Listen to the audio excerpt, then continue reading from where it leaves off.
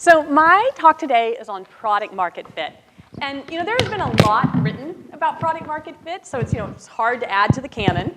But I'm going to focus on two things. I'm going to focus on how I used phase sort of concept and user testing to launch this company, and how I think it's a very useful tool for both launching companies and deciding on features, and sort of tactical tips I've learned doing product market fit. I'm from that long introduction, which I think mostly proves I'm old.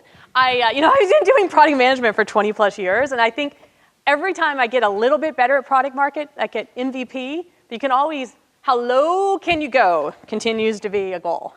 All right, why is this topic important to me?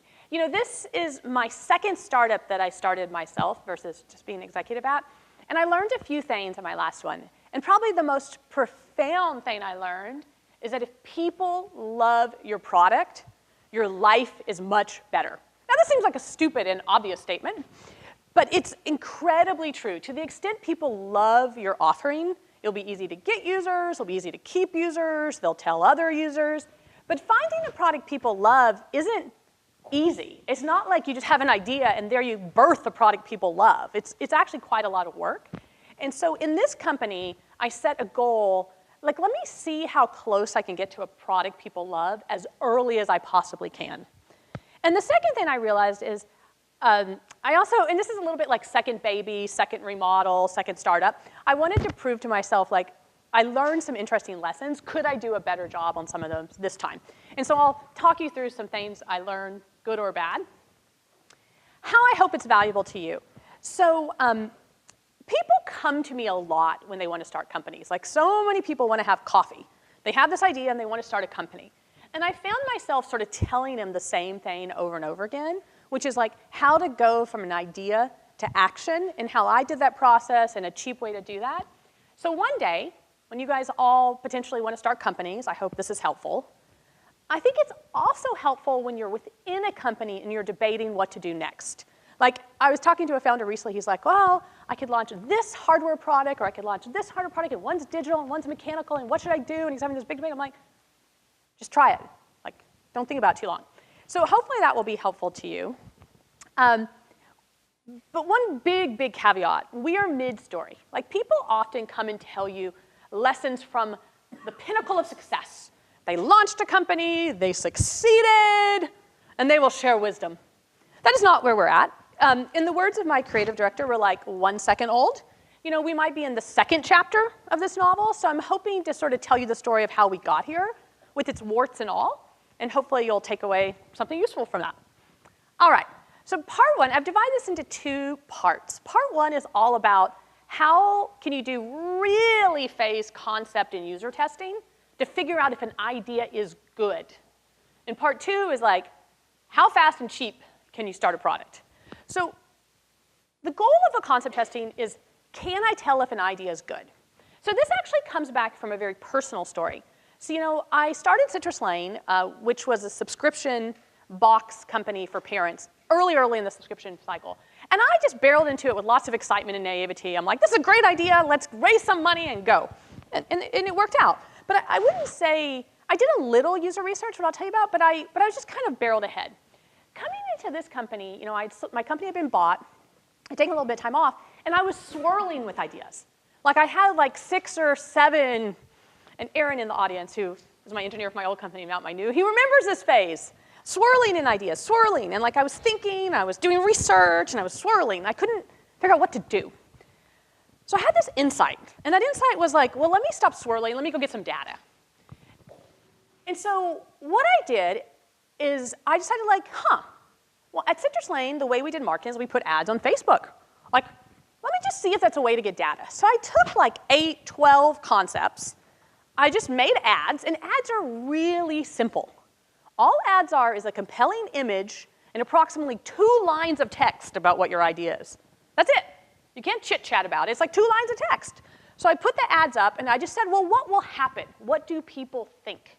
And I put them to the same set of users. I just picked women 25 to 45. I love you men. I like products for women. I don't do men. I might get there, but mostly I do products for women. So I just put them to women 25 to 45, and you saw what happens. And what was interesting about it, like, look, this is not statistically significant. You can't use the data to project out future stuff. But you get a pretty quick relative read on where there's interest, where there's heat, what people care about. And I would contrast this to my last company, which, by the way, second baby, you're always a little more cash. Like, it's, you're figuring things out. But in my last company, I knew research is important. Research is important to me. I did my degrees in HCI. Like, I spent 20 years being a product manager running design groups. So my last company, I did focus groups, which makes sense. I was debating between this parent company and also this fashion company. So for both companies, I ran focus groups. I invited people I knew to my house. I showed them subscriptions boxes for one. I showed them this interesting, compelling sort of content for the other, and I got their feedback. And they were really, really valuable. And I went ahead and started, and it went well. But what I quickly learned later is the people I was selling my subscription baby boxes to were not moms in Palo Alto. Like, that is not our natural audience. They were, frankly, kind of middle-class moms in secondary cities in America, like secondary metros. And they were great. But I realized, like, focus groups, they're an interesting form of research, but they're not actually research with the customer who will likely be your customer. So I really embraced ad testing as a way to figure out, in the wild, who cares about my product? Who cares about my idea? And while it's not statistically significant, you learn relative, like, this idea has legs more than this idea. And actually, really cheaply, you start learning, like, who these people are. Where do they live? What are they like? What are their ages? Very, very cheap. And what's interesting about this is you really need no technical resources to do this. Like, you can sit in a room. You need someone who can make a pretty picture. Come up with some pretty pictures, some copy, and for like $200, get a lot of read on a bunch of ideas. So then the next thing we did, that's a beautiful site, thank you. The next thing we did is we put up basic landing pages. So for the ads that were winners, I just did a landing page. And actually, I couldn't find the old ones. The old ones were even more basic than this. What they really were is I took the ad, and then I did a landing page that just duplicated the ad. It just had like the same copy, the same image, and it had a get started button. But I couldn't figure out where those were. And so what I did with those is when you click the getting started button, it just said, sorry, launching soon. Do you want to join our wait list? And you can take this optional quiz if you want. So again, I'm not offering anything, but I'm now learning more about demand. And the optional quiz was actually kind of brilliant. So the optional quiz was on SurveyMonkey, very simple, but it allowed me to do market research with people with intent. Now, I had separately done SurveyMonkey panels. Like, you can pull SurveyMonkey panels of women this age, women who have kids, whatever you're looking for. But what I realized about the SurveyMonkey panels is they're funny. They're not people who have intent for your product. They're just people who actually are willing to take a SurveyMonkey, which is like a whole other weird skew.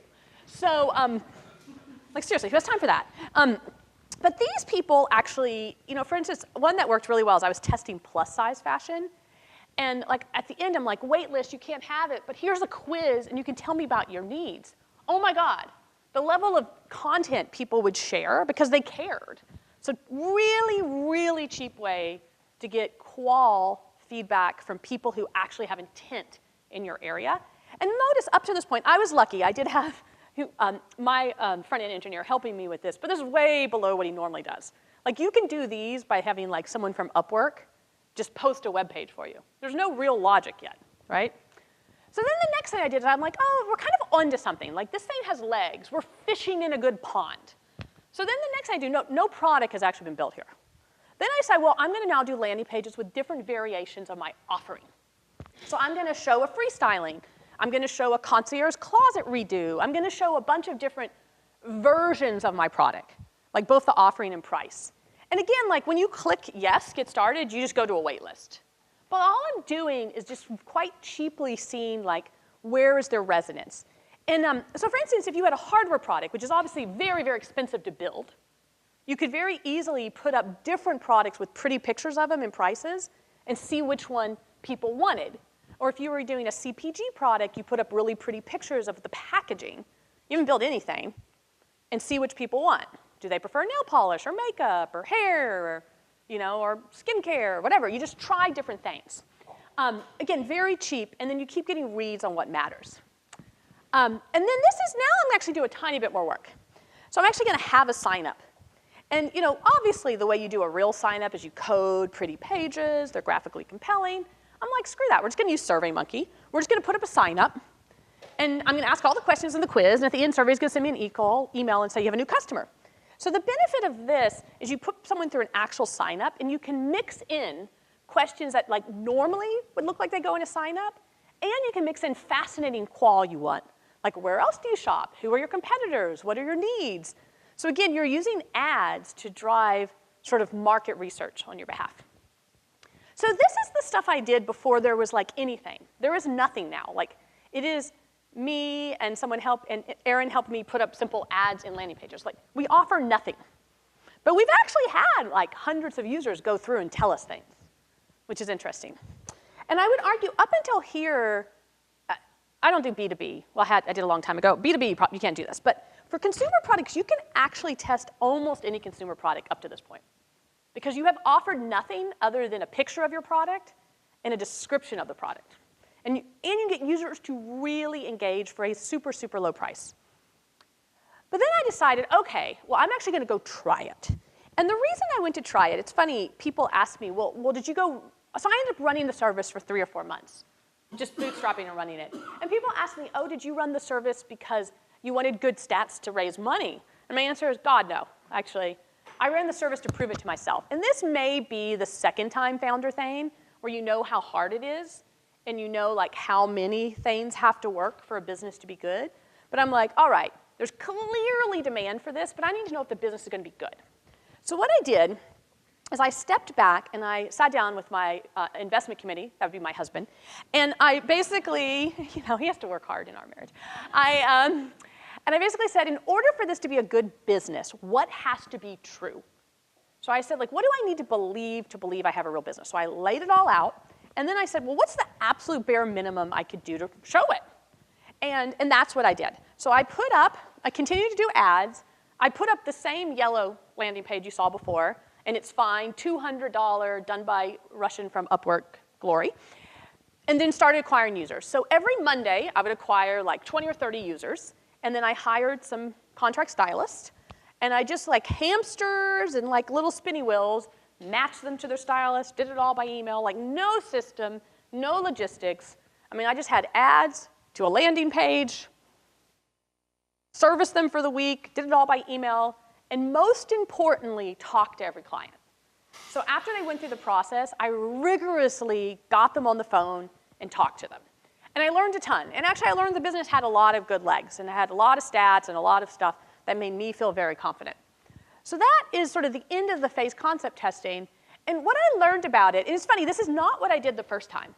The first time, I just jumped to focus groups, which were very helpful.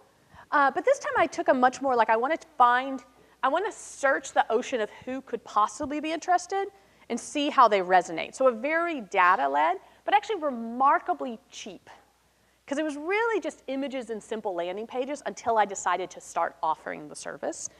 And so I'd recommend it as an absolutely cheap and fast way to test. And the tools that I think are really helpful. So I think ads are an incredibly cheap way to get relative demand. They can't tell you absolute. They can't tell you, oh, like there's something amazing over there you may have missed, but if you run a bunch of them, you can see how they fight with each other. The getting started has the same merit, that you can get relative demand, relative intent.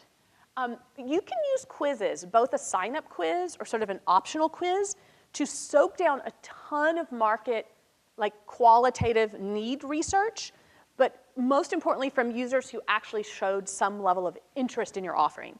And you can just do a simple SurveyMonkey thing and get tons and tons of data. Really simple landing pages where you show like products and prices and variation can give you a super cheap way to see heat for an idea before you build anything. And because it really just comes down to the cost of can you put up a pretty enough image that it looks real. And shockingly, none of my stuff, it doesn't even have to be that pretty. Like my stuff is pretty darn ugly. But for me, the one I love the most are client interviews. So I did a ton of client interviews here. And in the next phase I went to, we were just super did a bunch of client interviews. One of my tips for this phase is use a fake name. Because you will get so, and Aaron, who's here, he happened to have this cute domain, like Be Happy with an I, which was a great domain because it could sort of be anything. remarkably, actually, could be anything. So we tested everything under one domain. And the benefit of this is, like, it didn't make you nervous that it wasn't, like, your design was crap or your language wasn't that good. Like, you have to feel like this process is throwaway.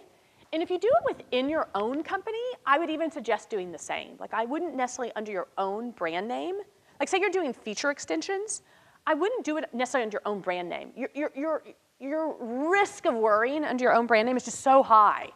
Like, just put up a fake site and just go test some crap. Like, you know, and your own brand could help it later, but your raw data will be fine. And so the other thing I learned a lot about this, and it was true for me, and I've been coaching various people through starting, and it tends to be true for others, is, you know, when you get excited about an idea, it's easy to get into a spiral of just thinking a lot. Like, considering, how could I do it? What could it mean? And, you know, in the words of Elvis, a little less conversation, a little more action, please. Like, if you just start doing something and getting data, you'd be shocked by what you learn. It builds momentum. It has this snowball effect where you build momentum. And the other, it just breaks the logjam of thinking. Now, don't get me wrong, there's a time to think. Like, that's why I came back and said, like, what would I have to really believe in a rigorous way? But, like, it allows you to just sort of push through it. And never has it been so cheap to test. OK. So then I decide I'm actually going to, you know, I go out, I raise money from these fine people, very nice people, very excited about them. And I decide, well, now it's time to actually build this product. And I want to build this product in the most user-focused MVP ever. So it's interesting. You know, my last company, we weren't slow to launch, let me tell you. Like, we were doing a subscription box company. And this was at the very beginning, like right after Birchbox. So, you know, engineering took like 2 months to build the subscription pricing, recurring billing, because there weren't any services then. And we definitely launched boxes like with stuff we bought at retail. Like, we did all that stuff. But this time we took it even to a further edge. And everyone in your MVP will tell you to launch when it's really embarrassing. Like, that is like the most common, I think Reed is attributed to it. But we did something even more aggressive. And I actually didn't even know how good of an idea it was. So, you know, I'm a product manager by training, so I'm working with my 2 engineers on what should be the right product. We're speccing out this beautiful product that has like inventory feeds to keep track of sellout and pretty ways we present the product and like really cool checkout and, you know, all the stuff you would expect. Really quite lovely. Working with my 2 engineers, you know, I'm a decent product manager. My old UX person is doing it with me, you know, on the side, working on this product. But we're like, you know what? That's fine. Let's just launch. So it's like me and my business partner, he's an analytics person, operations, like, you know, that's great. We're working on that. We're just going to launch. Why not?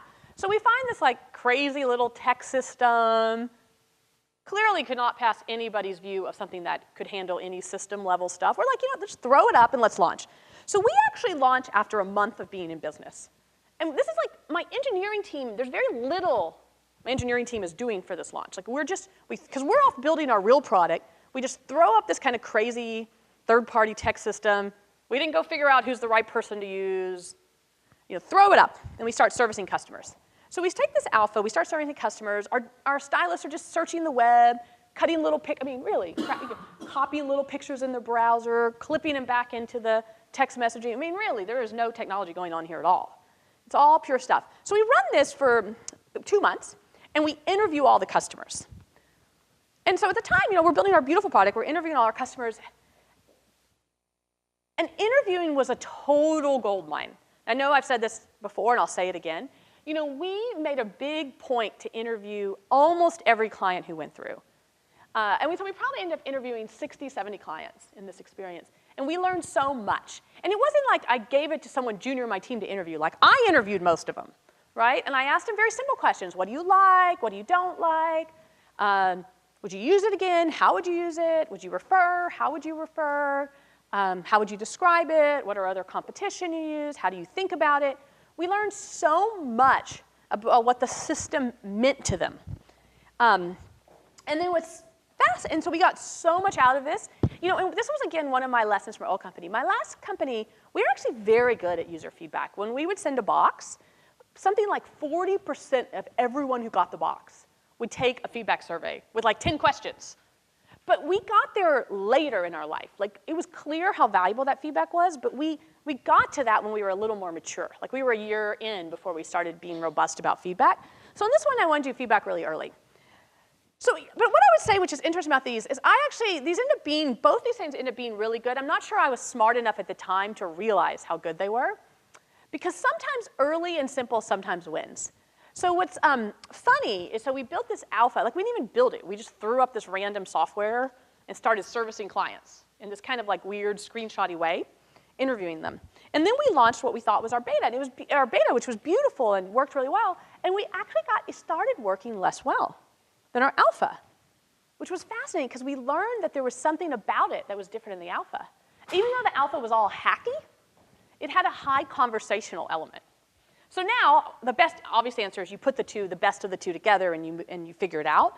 But if I had actually done the classic product manager thing, which is like, hey, I have 2 smart engineers, I'm a pretty smart product manager, I have a really good designer, let's just give it like 6 weeks and build that product, I would never have realized that there was something magical about the weird hacky one I did that actually had so much value.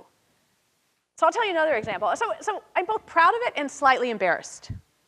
Because I'm like, how did I mess that up? But, you know. So then here we go. This is my $200 site from the fall. Look at that beautiful Be Happy branding. I guess you can't see it in there. Gorgeous color palette. Thank you.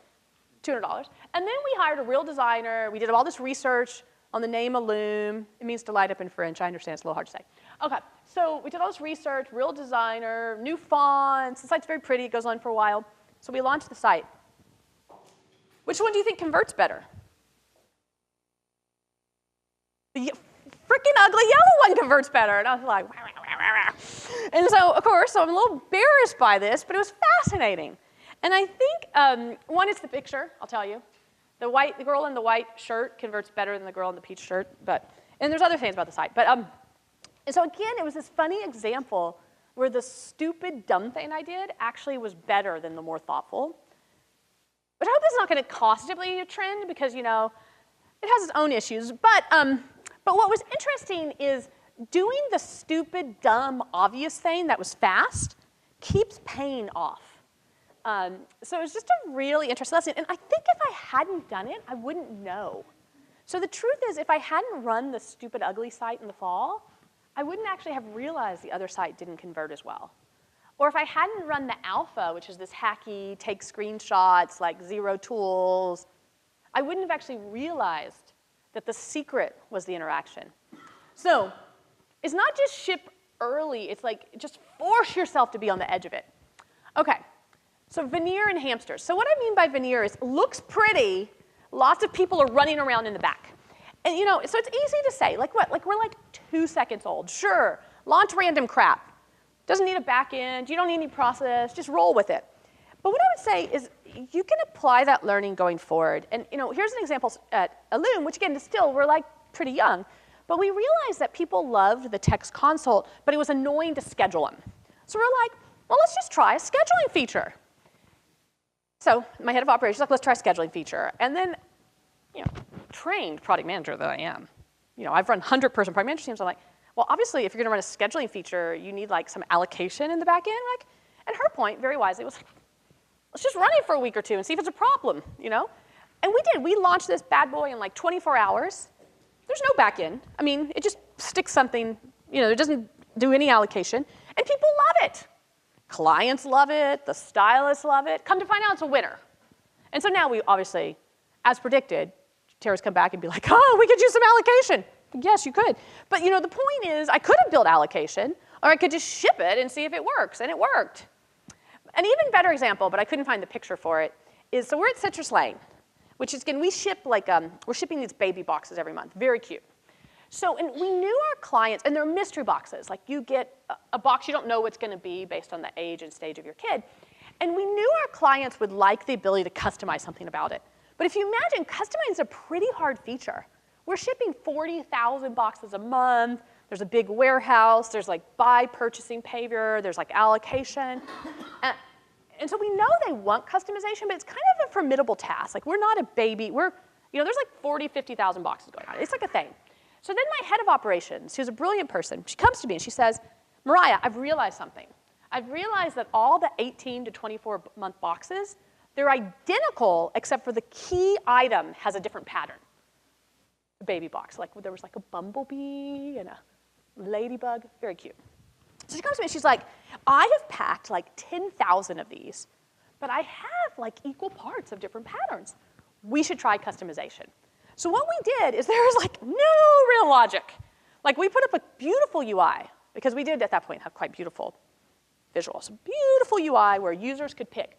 They want the bumblebee or the ladybug or the monkey. And then in the back, she's just cutting Excel frantically. And we're gonna turn this feature off when she's off allocation. That's how we're gonna decide. You know, like we're just like, there's no real logic here. She's just watching manually to be like, if I get to too many, we're just turning the feature off, because then I won't missell anything. So then she does it, and then she runs manual Excel, cranks all the skewing. People love the feature.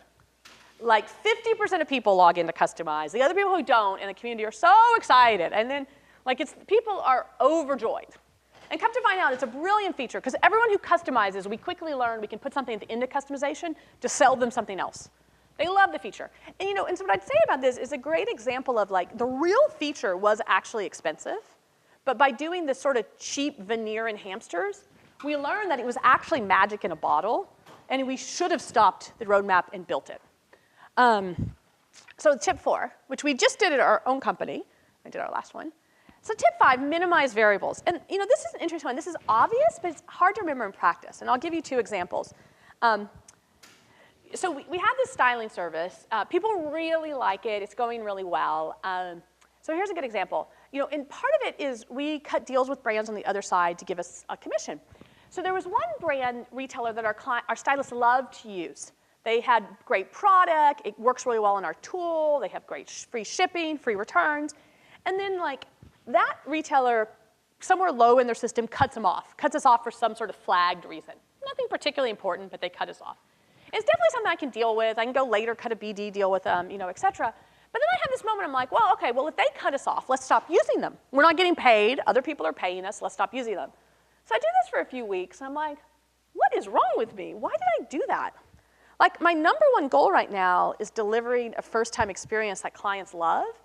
Like, who gives a crap that I'm not getting paid by this one retailer? I'm getting paid by the others. My stylists love them. My clients love them. Let's not be an idiot. So I reversed my decision, because it was idiotic. It was idiotic? Idiotic? Yes, that.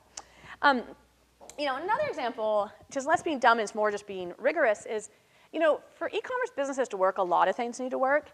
And our users, our clients love the service and have super high repeat rate.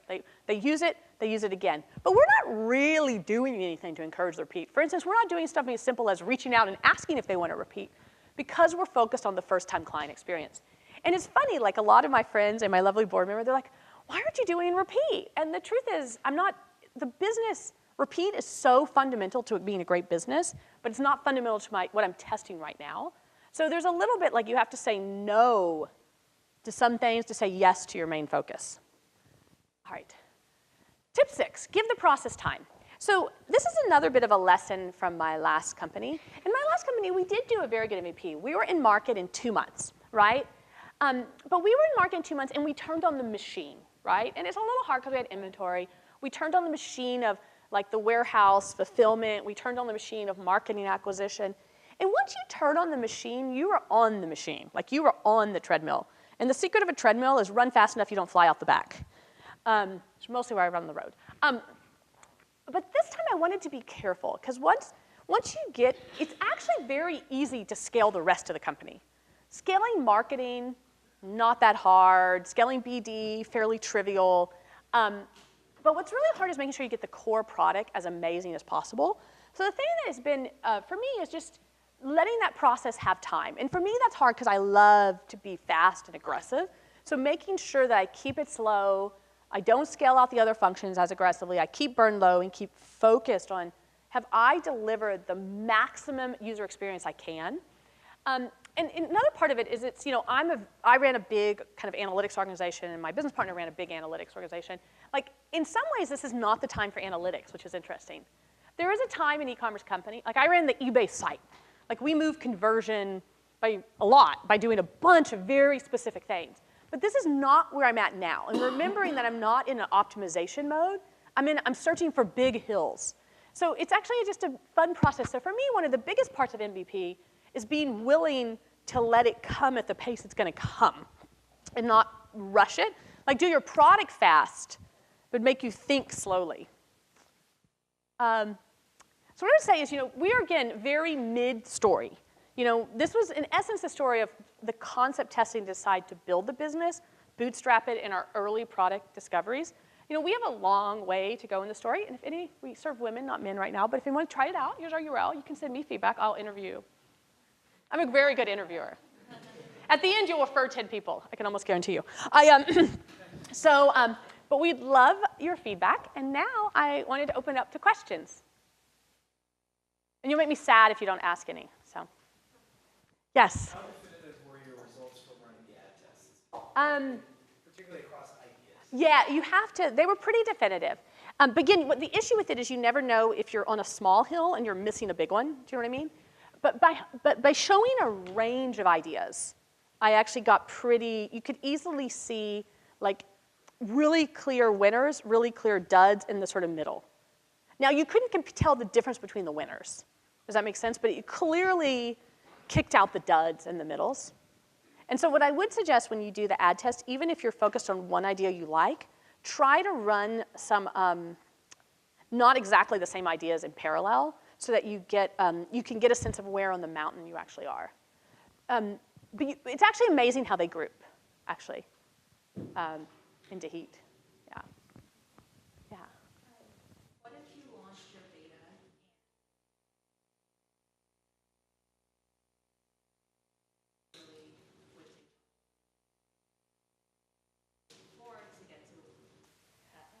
Yeah, I mean, it's funny. I guess my new theory is, I grew up doing product management a very traditional way where you would think of all the features.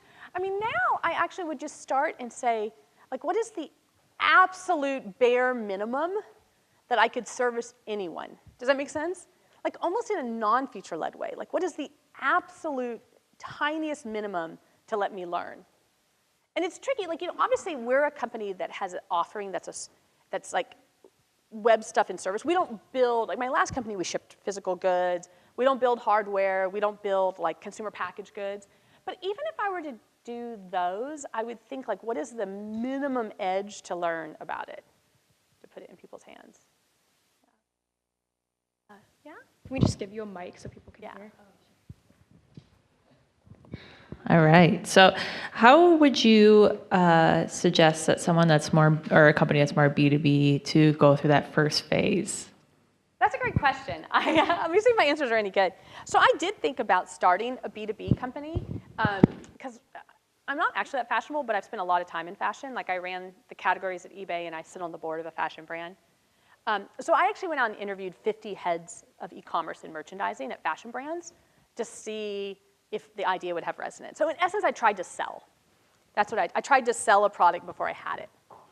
And then actually to test this idea, to test whether I could get brands to cut deals with me, I went out and just tried to cut deals. So I guess what I would do is do the same. I would go try to sell something you don't have. But you have to go, you can't use ads. You gotta like, you have to, so I actually got like 50 heads of e-commerce to talk to me at fashion brands. But that is, you're using LinkedIn instead of ads. But you're still selling what you don't have. You'd be shocked. I mean, you can get people to talk to you. If you can't get people to talk to you, you shouldn't be in a business where you have to sell. That's the corollary. I think he was.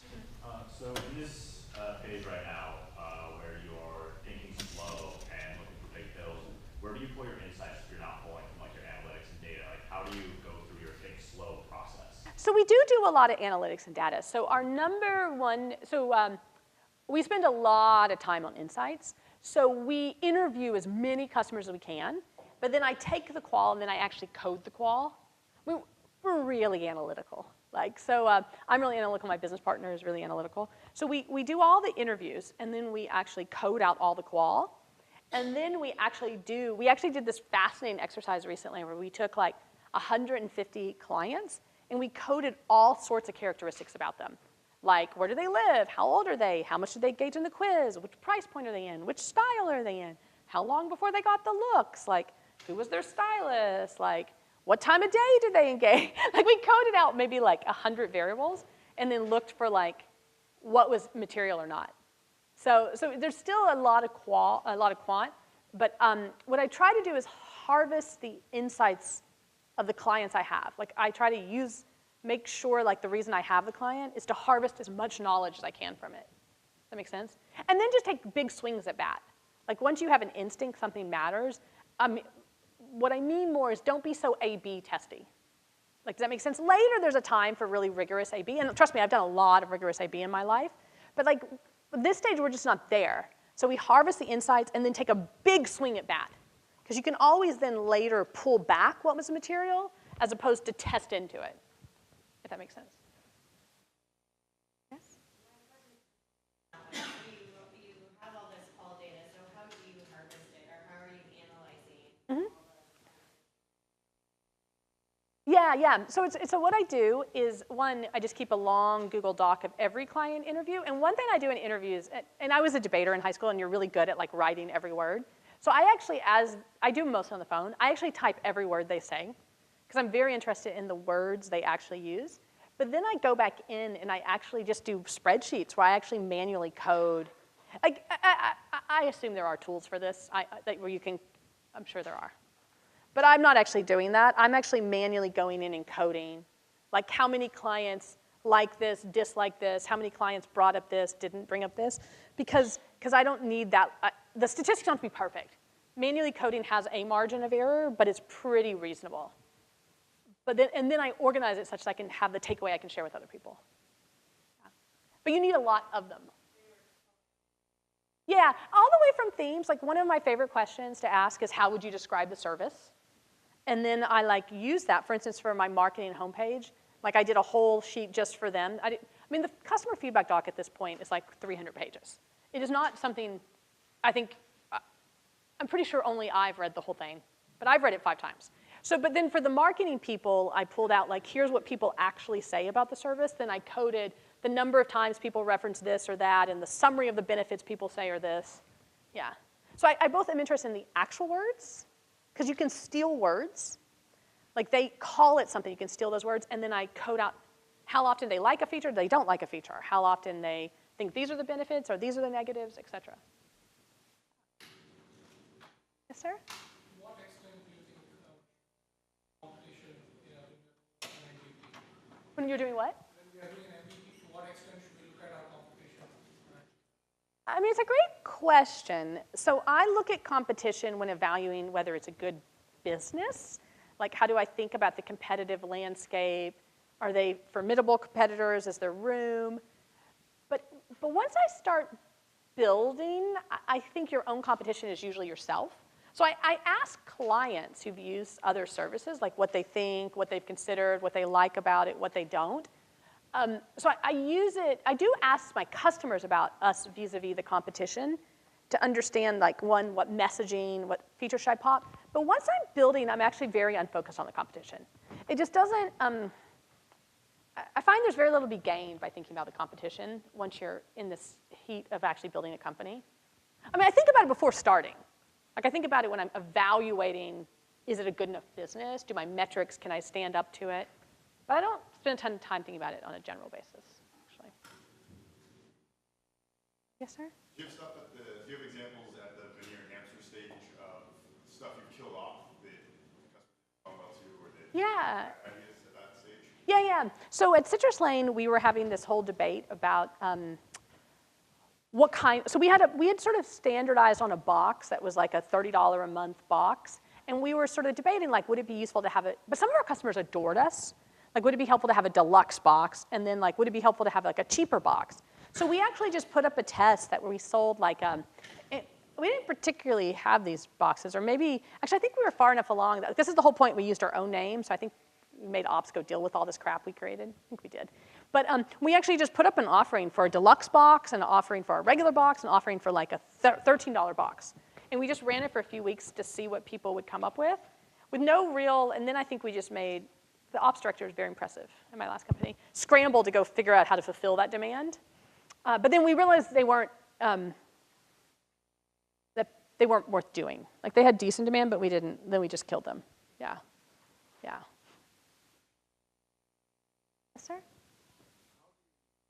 Build a team to support this process. How do you select and develop talent for this?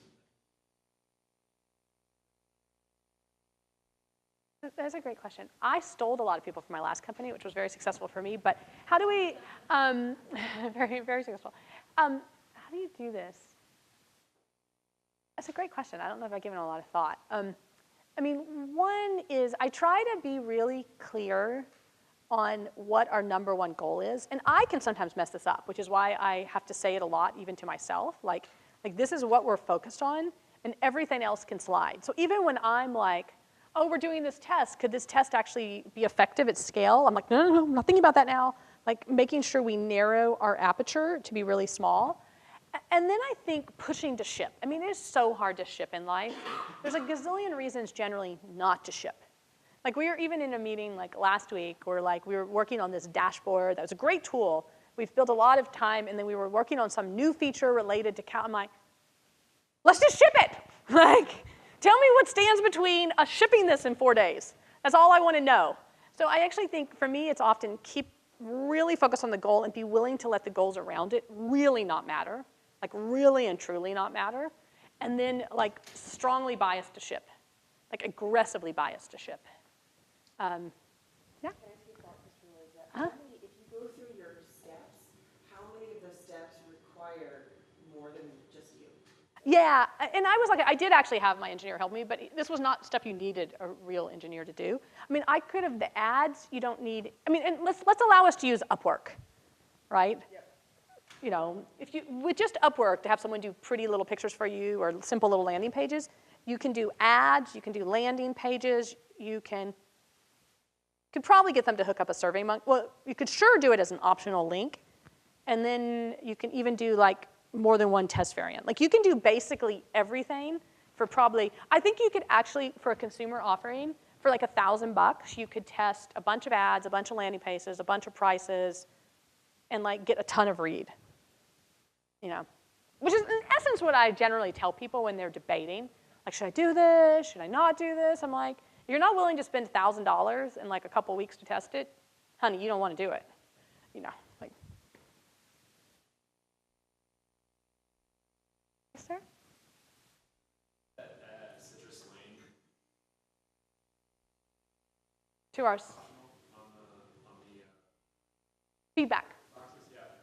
What do you attribute that? Well, it was a very unique, I mean, we had it like 40, 45% every month.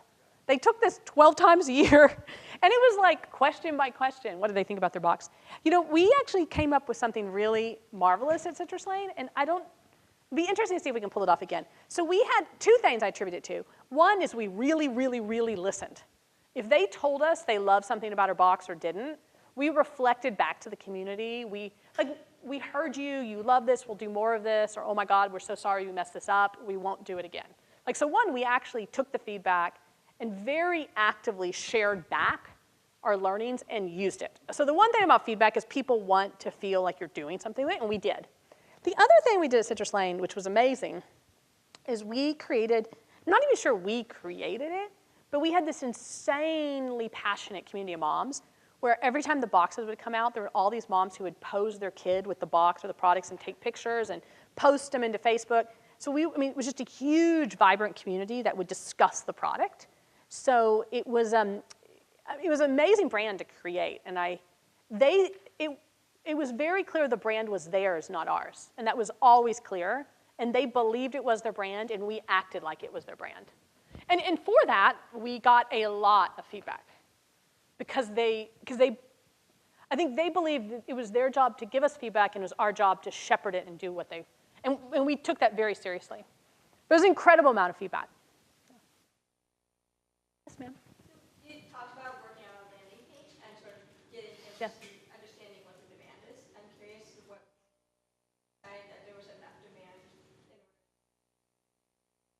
if there was Yeah.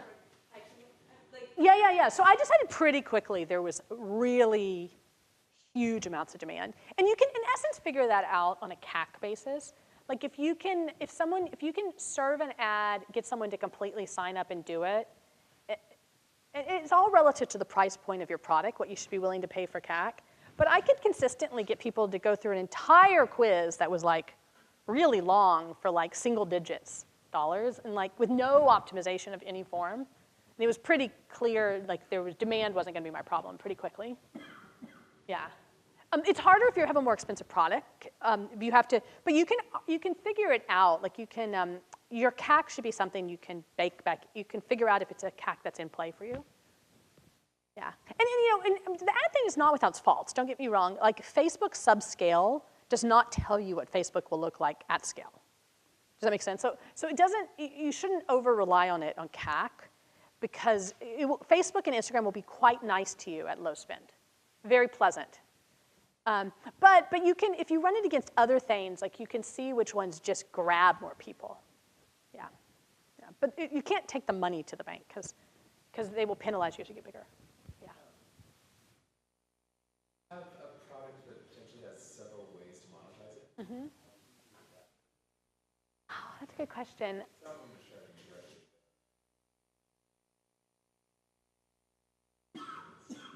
Yeah, I mean, because if you think you're going to be ad supported, you just have to. What you need to believe for an ad supported product is that you can get a lot of users for a de minimis cost to engage with your product. Because the question is, where is your risk? You can almost always get advertisers to pay money if you have traffic. So then you would have to get to the edge of, the business part of the stuff is often much simpler. Like I did a bunch of testing, could I get brands to do deals with me? And that was actually very simple. And in practice, I'm doing those deals right now, and they are very simple. But the hard part is, every ad-supported thing came down to, did they have users? So you have to figure out how many users could you get to engage. And then for you, the test might actually be, because if you're an ad-supported product, you can't really pay for your users, just how much can you get users to refer? So the edge of the test for you might just be like, if I build something like, how could I get users to come back more or refer more? Like you should figure out the variable that controls you and just how simple you could see if there's something there. It's hard, yeah. Have you gone through the user interviews and organized?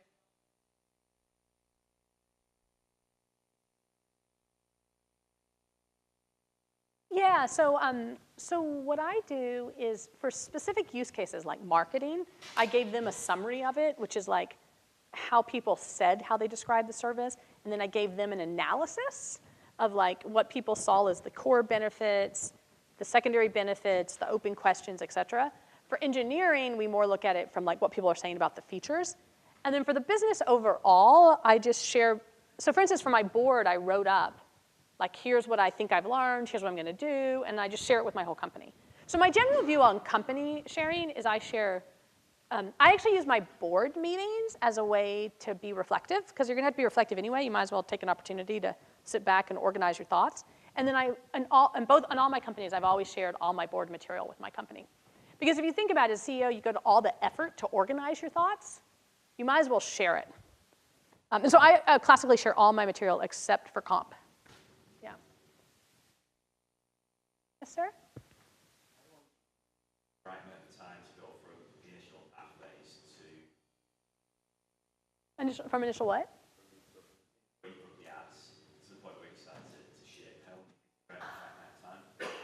You know, I think it's a very personal question, like how much you have to prove to yourself. The audience that I think is most important, if you're in the context of founding, is actually solely yourself.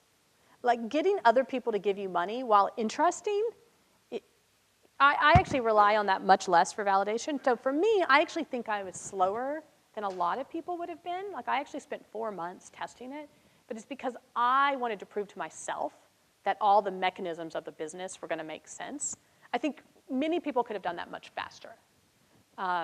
But for me, it's like before you go into it, figure out like what do you think are the key risks that drive the business, set a bar for what you think they have to clear, and see if you can clear them.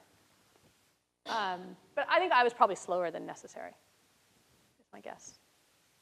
Yes, ma'am? Have you gotten a chance to talk to people? Yeah, I call those people a lot.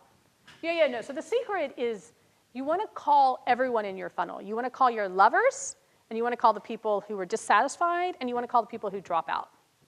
For sure. You learn different things from both. So you want to talk to both. Yeah, absolutely.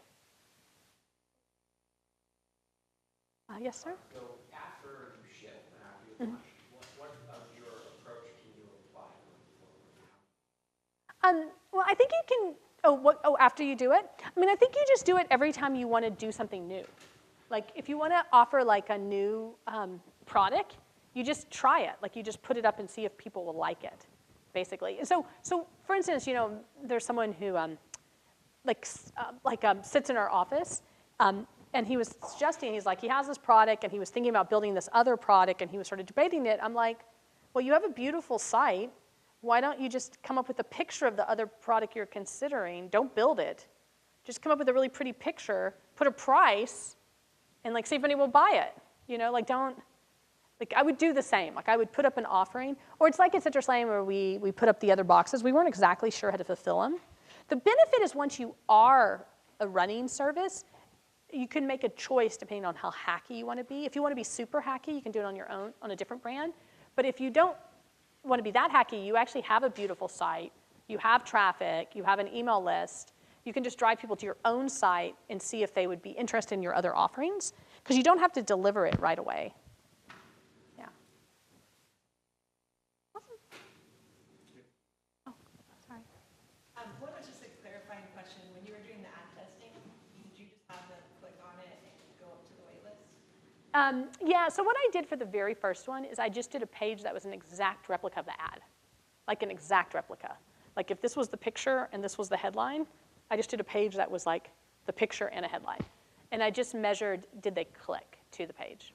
And I just had coming soon. Like the page did nothing. It just had the picture, the same headline, and coming soon.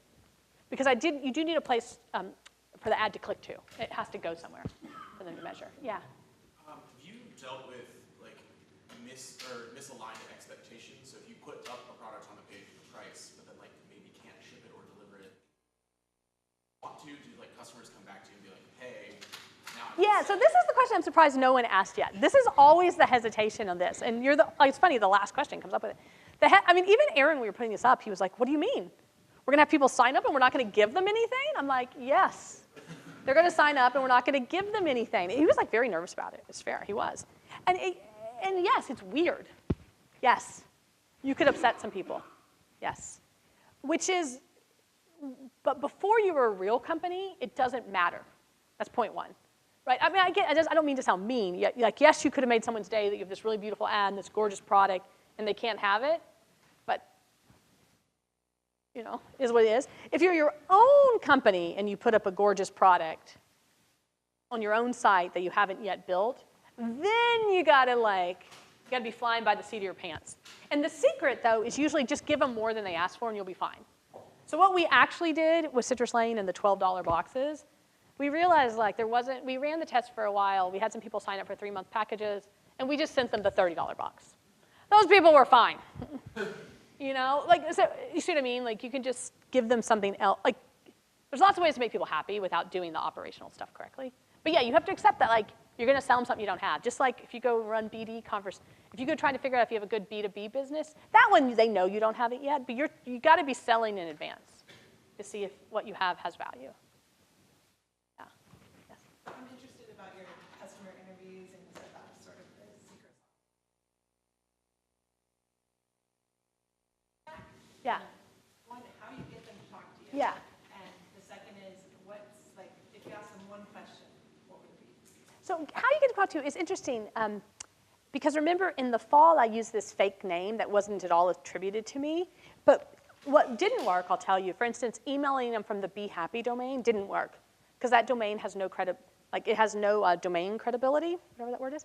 But I emailed him as Mauria Finley at my Gmail. And I said him a little bit about me. I put my LinkedIn in. I went for the I'm a credible person.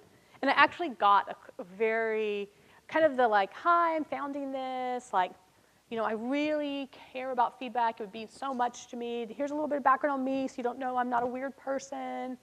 And it actually worked more than you would think. It's not 100% hit rate, but you can get 25% hit rate for the people who didn't go through. And then once you get people on the phone, you don't need one question. People are talkers. You got to give them a chance to be heard. And I always set them up as a 10-minute call, and people will talk to you for half an hour. I just find with that group, when you ask them why they didn't do whatever it was, that they'll use things like time or things that are easy to say. Yeah. Well, you don't ask them why. Just ask them I never ask why you didn't buy or why you didn't complete. Like, I never ask that because that's a defensive question. I'm just like, what drew you to the service? What did you like about it? What could be better? How could we improve? I actually stay in a positive place, and they'll share, actually. Because if you're like, why didn't you buy? Then it gets like, it's very weird. Yeah. Yeah. I think we're done. Thank you, guys.